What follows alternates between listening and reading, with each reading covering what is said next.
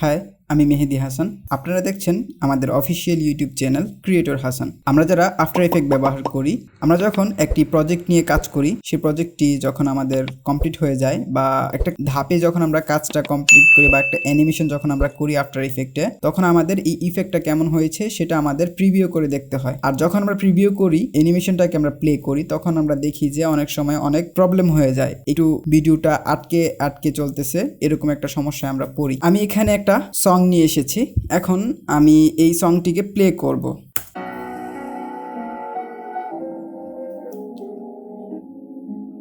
এই যে আপনারা এখানে দেখতে পাচ্ছেন যে ভিডিওটি আটকে আটকে চলতেছে।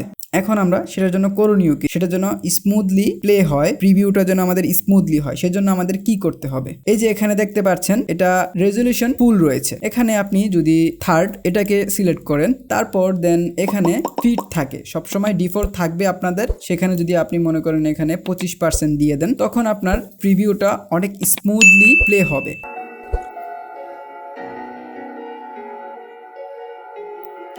আপনারা দেখতে পেলেন কিছুক্ষণ আগে আমার ভিডিওটি থেমে থেমে প্রিভিউ হচ্ছিল, কিন্তু এখন আমার ভিডিওটি স্মুথলি প্রিভিউ হচ্ছে। এরকমভাবে আপনারা আপনাদের আফটার এফেক্টে কাজ করার পর প্রিভিউটাকে রিয়েল টাইম এফপিএস যে প্রবলেমটা থাকে সেই প্রবলেমটা এভাবে আপনারা সলভ করতে পারবেন। আর হ্যাঁ, যখন এই ভিডিওর আপনি ফুল ছাড়া বাকি যতগুলা অপশন চালু করবেন, প্রতিটা অপশনেরই তখন আপনার এই রেজলিউশন, ভিডিওর যে রেজলিউশন রয়েছে, যে ক্লিয়ারনেসটা রয়েছে, সেটা হয়তো একটু ব্লার হয়ে যাবে, একটু দেখতে অসুবিধা হবে, কিন্তু আপনি যে অ্যানিমেশনটা করবেন সেটা আপনি বুঝতে পারবেন। সো এটা স্মুথলি অ্যানিমেশনটা হবে। সো এটা একটু খেয়াল রাখবেন। যদি আমাদের ভিডিওটি ভালো লেগে থাকে তাহলে অবশ্যই আমাদের চ্যানেলটিকে সাবস্ক্রাইব করবেন এবং পাশে থাকা নোটিফিকেশন বেলটি অন করে রাখবেন। সবাইকে অসংখ্য ধন্যবাদ। আসসালামু আলাইকুম।